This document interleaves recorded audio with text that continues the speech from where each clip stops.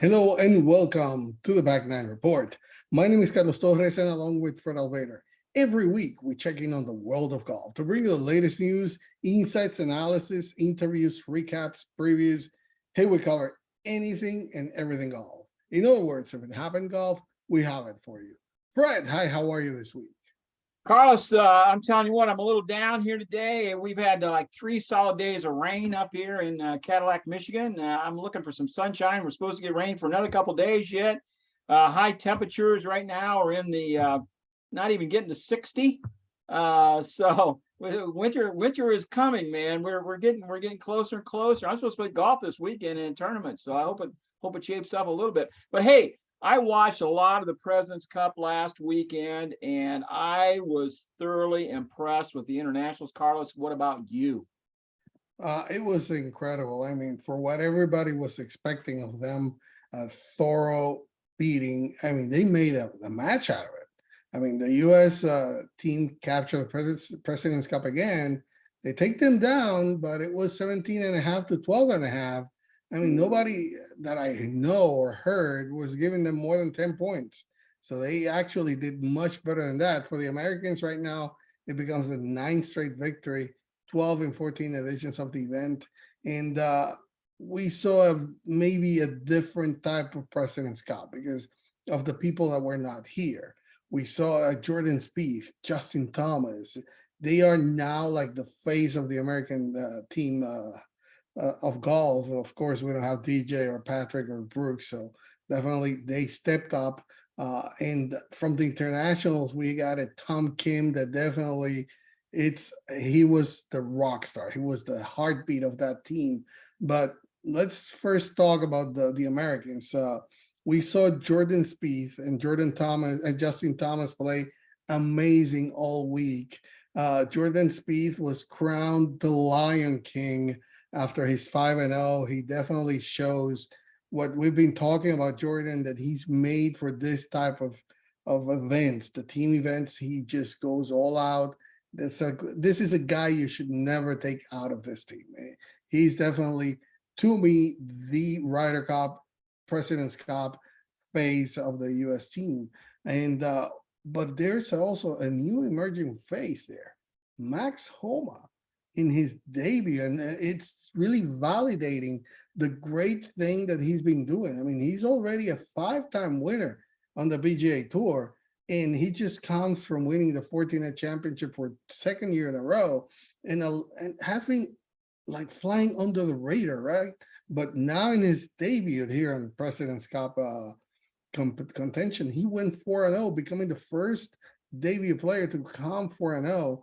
And definitely, he was the one to beat Tom Kim on the finals on the second singles. I'm sorry, on Sunday. So we have a lot of great new faces from the U.S. team. They definitely look like they were having that big chemistry that we see from the Europeans on the Ryder Cup, or we're used to see. And they seemed like they yelled together. They were one team playing, backing up each other, and definitely show they were really that superior team, and they showed it. They had everything to lose, but still they delivered.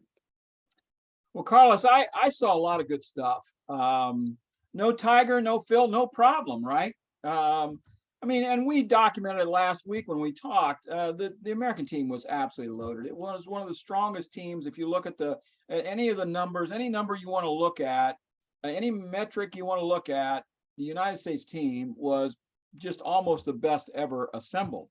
And number one in the world, Scotty Sheffler, really didn't play that well. You know, everybody else, Jordan Spieth, perfect 5-0. You know what? I saw Jordan, excuse me.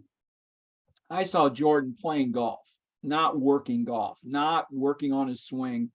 You know, he has to be one of the most creative guys ever, right? When he gets himself into trouble, that's when he's at his very best. And he was in trouble often and pulled off some miraculous pars. I mean, it was just unbelievable. You can't take your eyes off of him for a second. Miraculous long putts for pars, birdies to help energize the team.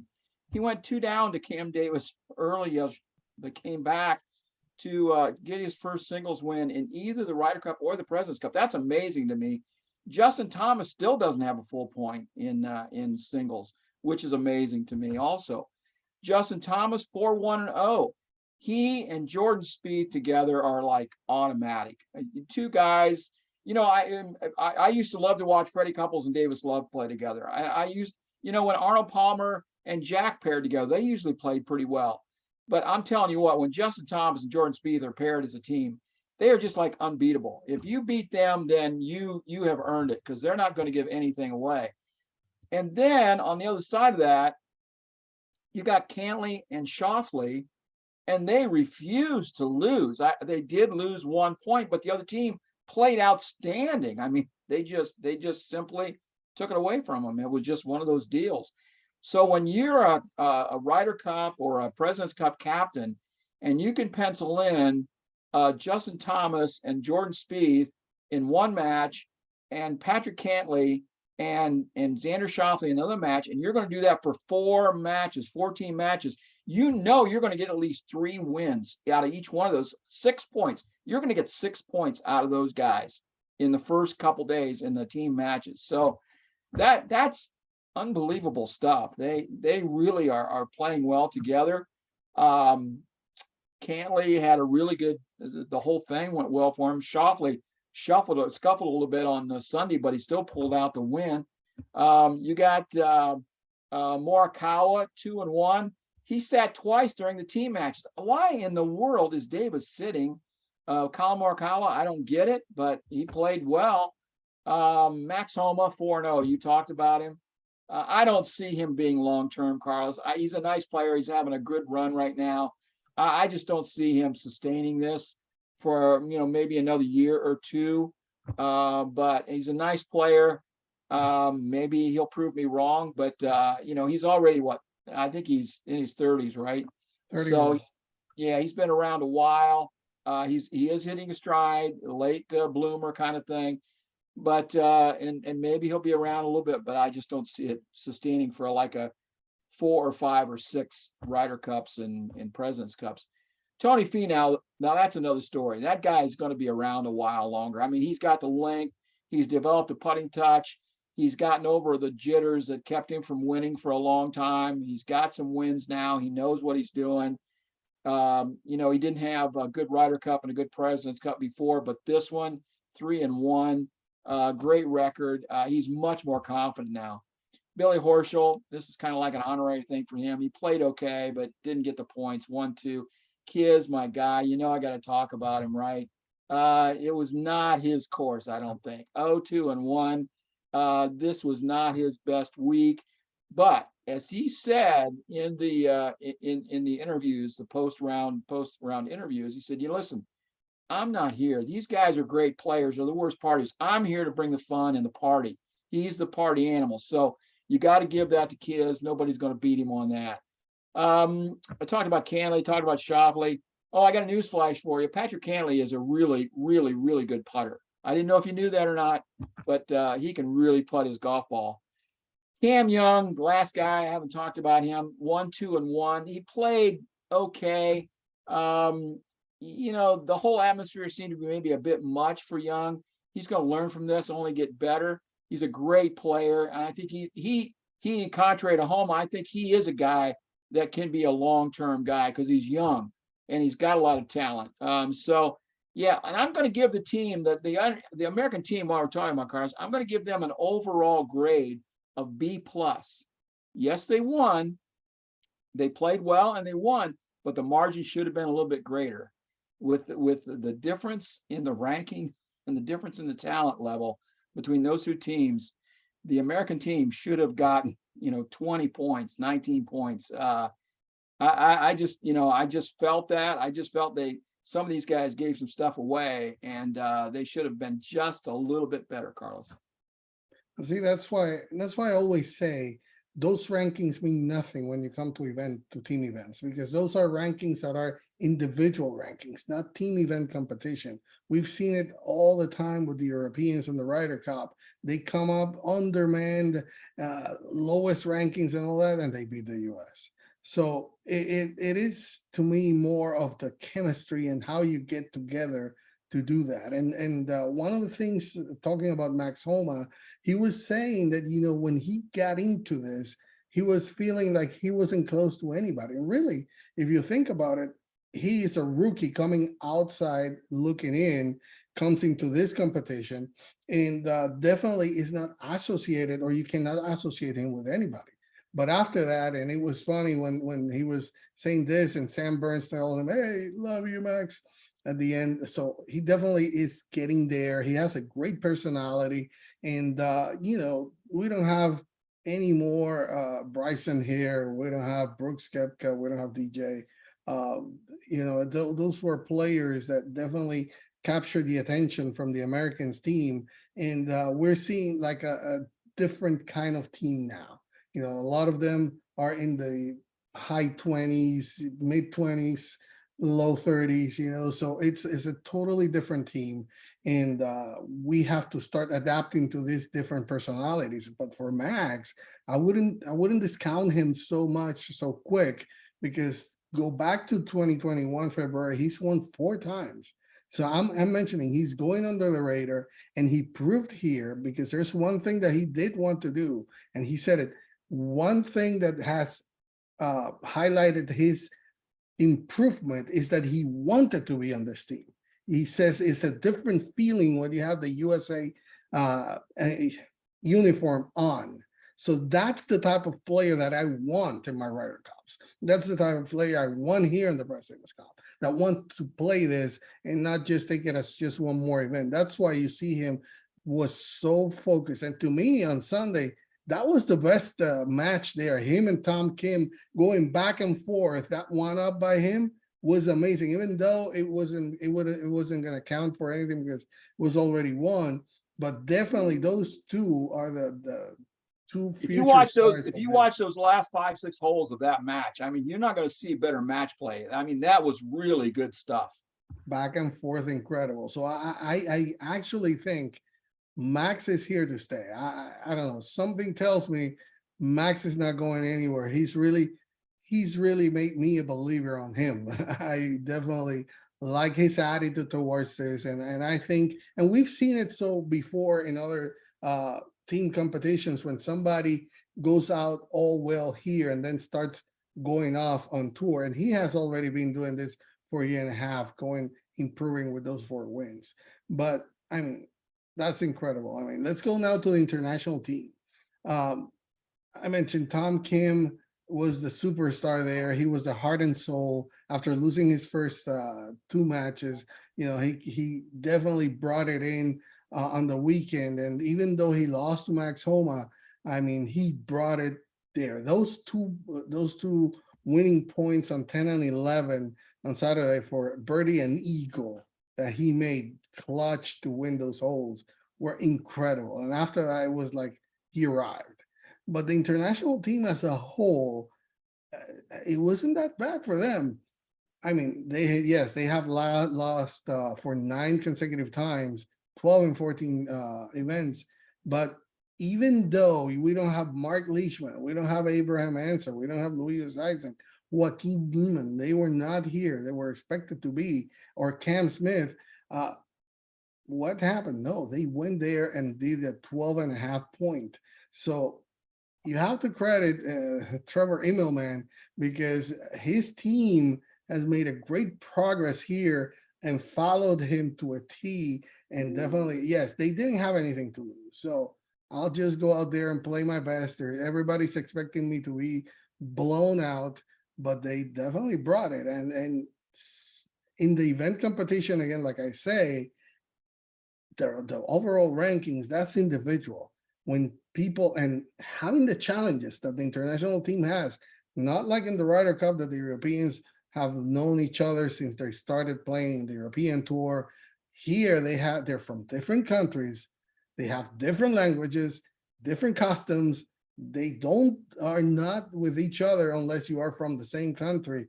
So they have a lot of challenges to overcome, and they've come team building here, and they kept fighting. And at some point they were believing that they could win, and they made a run out of it. Carlos, a couple of things. Number one, Trevor Emelman, I think they should just right now, name him the international team captain for 2 years from now. I think he should come back. I think he did a fantastic job with what he had to work with and what he did. And all the players like him, everybody involved with that international team really rallied around Trevor Emelman. So I think they need to name him again right away. Number two, you talked about Tom Kim. He really made a name for himself. Yes, he won on the PGA Tour, which makes your name, but he really did this. This was an international audience on this thing, and he brought the excitement, he brought the energy, and he helped drive the international team.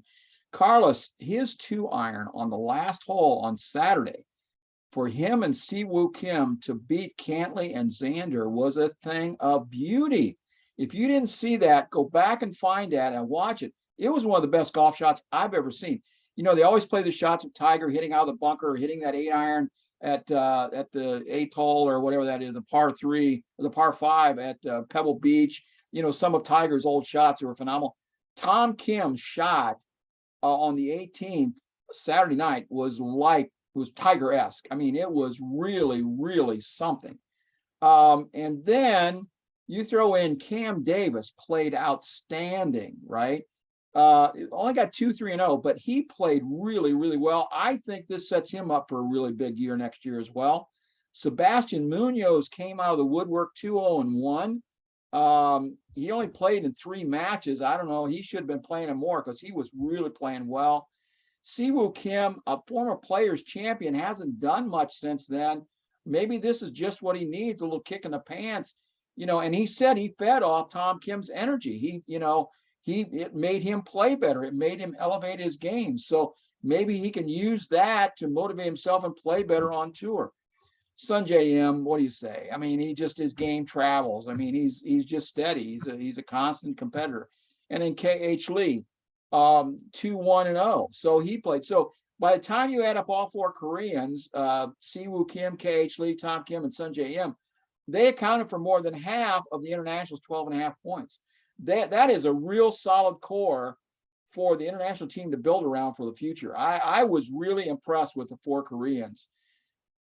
Taylor Pendrith, Corey Connors, not so much. The Canadians, they did not, even though they're my guys they played at Kent State here in Ohio, just didn't, they were overmatched, just didn't get it done. Corey Connors' putting woes were sorely on display, and he got exposed. Really, he missed so many short putts. And on the whole, though, I never saw so many short putts missed in all my life. You know, and on Sunday, I'm pretty sure Emelman told his players, do not concede putts. If you notice, I mean, they were making the Americans putt out, 12-inch or 18-inch putts. They were not conceding putts. And then you got, to round it out, you got Mito Perea and Christian Bezuidenhout. Again, Bezuidenhout only played in 2 matches, 1-0-1. Why wasn't he playing more? Was he sick? Did he have some injury? What was going on? I thought he played fantastic. Perea has got to figure out his driving. Oh my goodness. His driving under pressure, it just completely goes away. He's got to get some help. He's got to find somebody to help him with that. Get Butch Harmon on speed dial or something. He's got to get some help with that. So, Carlos, I'm going to give my overall grade for the internationals a solid A for effort and panache. After being down 8-2 after the first 2 days, they won Saturday's matches 5-3 to get back to 4 down heading to Sunday singles, finished 17.5, 12.5. And they, I'm telling you what, just a couple putts here and there, can I buy a putt, Alex? The first 2 days, they just could not get the ball to go in the hole. The Americans were knocking in putts for every place. Spieth was making putts, Canley's making putts, everybody's making putts, and the internationals just couldn't get them to go in. So they had a little more confidence. Another year together, 2 years from now, I think the internationals are going to be, they could be a factor in this thing. They could win one of these things. They could, and I mean, they are getting closer. I think that the score, even though it was a 5-point washout, maybe it looks more closer than what really was. It was way closer than 5 points. It could Way have been closer. much closer than what it was. So, but now let's move on and let's say about the Ryder Cup. and the US team, right? Because the next big event is Ryder Cup next year. And seeing this team from the US, I would say that the only change we might see, and I'm sorry, it's your guy, but I don't think Kevin Kisner will make it No, next year. no. I think Will I don't Zalatoris think is going to be Billy in that. Horschel. Yeah, Will Zalatoris should be there. yeah. He was on with the back hurt. So I don't know who else would be if Billy's not there. But I think looking at this team and looking at what the Europeans are going to offer, led by Rory McIlroy and John Ram, of course, and of course we have Matt Fitzpatrick, we have Victor Hovland, Shane Lowry, everybody else that Fleetwood. is going to be there, maybe Terrell Hatton, Tommy Fleetwood. Yep. After that, there's a drop off. We usually would have seen Lee Westwood, Ian Poulter, Paul Casey, Sergio Garcia. They're not going to be there. They're in LIV. So they're going to have to come up with some young guys or up and comers, Europeans. Yeah, but But the Carlos, we US know team, the Europeans have some young guys right there, just ready to prove themselves. I think it's a good thing, and we're seeing it now on the American team with these young guys. They're moving up. They're taking over. They're ready to step in. I think we're going to see that in Europe as well. well, it's going to be a facelift from that team. Definitely. I don't know yet how to feel, but they like the internationals. And one thing that we talked about and mentioned last week was the internationals are eager. They're hungry to prove themselves in this stage because they're being overlooked. Maybe that's going to be the same feeling for those new Europeans that are going to be taking over the four veterans, right? So we'll see. It's going to be interesting, but I think that this is setting up to be an incredible team that is going to be for at least a few years very solid for the US. Oh, I agree 100%. The like I said, those four core guys, Schauffele, Cantley, Justin Thomas, and Jordan Spieth, those two teams right there. And then you throw in a Colin Morikawa and a Scotty Sheffler. That's a dynamite team right there. I don't know why they didn't play together. I guess because Sam Burns and Scotty Sheffler are really good buddies, so they wanted them to play. Scheffler pulled Sam Burns down. Sam Burns played fantastic, didn't get the points.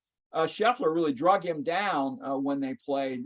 And so, those are probably those six guys right there. I would take those six and bring in about any other six in a Ryder Cup because you can hide guys, you can sit guys. That should give you a chance to win just with those six guys right there. So just to wrap it up, what do you think overall about the winners? I mean, you mentioned that the PGA Tour and golf has become a winner out of this. So what's your point on that one? Well, I really do believe that the international team especially identified several great young players that's going to help them be more competitive versus the Americans in the future. The matches and the entire President's Cup was much closer than predicted. A couple of putts here and there would have made it much closer even yet, especially the first couple of days. I really don't see any losers in this whole thing, Carlos. Everybody to me was a winner in this deal. Plus, the PGA Tour and golf fans everywhere really are the big winners because we got to see a really pretty exciting President's Cup. I mean, you know, the international team was losing with Louis Oosthuizen, Charles Schwartzel, Brandon Grace, and those other guys anyhow, Mark Leishman, Cam Smith. They were losing anyhow. So, you know, what's the big deal? And I really thought it was exciting. I thought that they put some emotion in it, and I liked it. So we saw great talent, great young talent on both teams. The President's Cup's helped identify Tom Kim, a couple other nationals that are going to be in golf headlines very soon. And it gave some great experience, young like Sam Burns and Cam Young, that we're going to see more of on down the road, Carlos. So I was pretty happy with it. I was impressed. I wasn't expecting a lot. And matter of fact, I watched the first day, and even though it was a blowout, I got into it the second day and really, you know, when they made a game of it, I thought it was pretty good. So I would say to counter that there's no losers, but I don't see that there was a win either here. If you look at it as from the team perspective, I agree with you. There are some new faces that are ready to step up and take over. But unfortunately, the way that I see it is Of course, the TV ratings are not going to be out until later tomorrow or even Wednesday to finish. But the opening was already 6% down from what it was the last time that was in the US 5 years ago. And compared to the first day of the previous president, Scott also was down 6%. So it didn't feel, unfortunately, from a coverage perspective and from the talk out there, that outside of the people that watch the game and really are the true current viewers and fans of golf, it didn't attract much. Even though having these new people from the international world coming into play, which I think it might be good to see how it performed outside of the US. But at least in the US, definitely there was a modest dip in ratings. So that's why I still think this is going to be measured down the road. But initial thoughts is in here, there wasn't much of a big gain. It was just maybe another event for the Americans. Of course, we're in football season, but even then, we've had better views for the President's Cup. So based on that, I would say, yeah, just the same people that always watch it would be the ones that were watching, and even then, there was a slight dip on it. Would be interested to see what the Asian numbers were on the media and on television, who's watching. Because you and I both know that when you're talking about a Hideki Matsuyama or you're talking about one of the Asian players, the numbers go up incredibly. So I'll be curious to see. You know, you had those 4 Korean players, plus you had Hideki from the Japanese side, all. And if they down the road they get 1 or 2 Chinese players in there, they can have some really big numbers for this thing in Asia. Maybe not in the United States, but in Asia especially. Yeah, unfortunately, the way it is, right? The big sponsors are here. We'll see how it works, right? But anyway, it was a great tournament, much better than expected, and very, very entertaining. Can't wait to see what is going to be next year for the Ryder Cup. Any final closing words, Fred? No, Carlos, I did enjoy it, and I thought it was pretty compelling stuff. All right, thank you for joining us. It's always our pleasure to bring you the latest in world golf news and information. Remember to subscribe to our channel so you can keep up to date with every video we come up with. It's right down there on the bio. Thank you for joining us.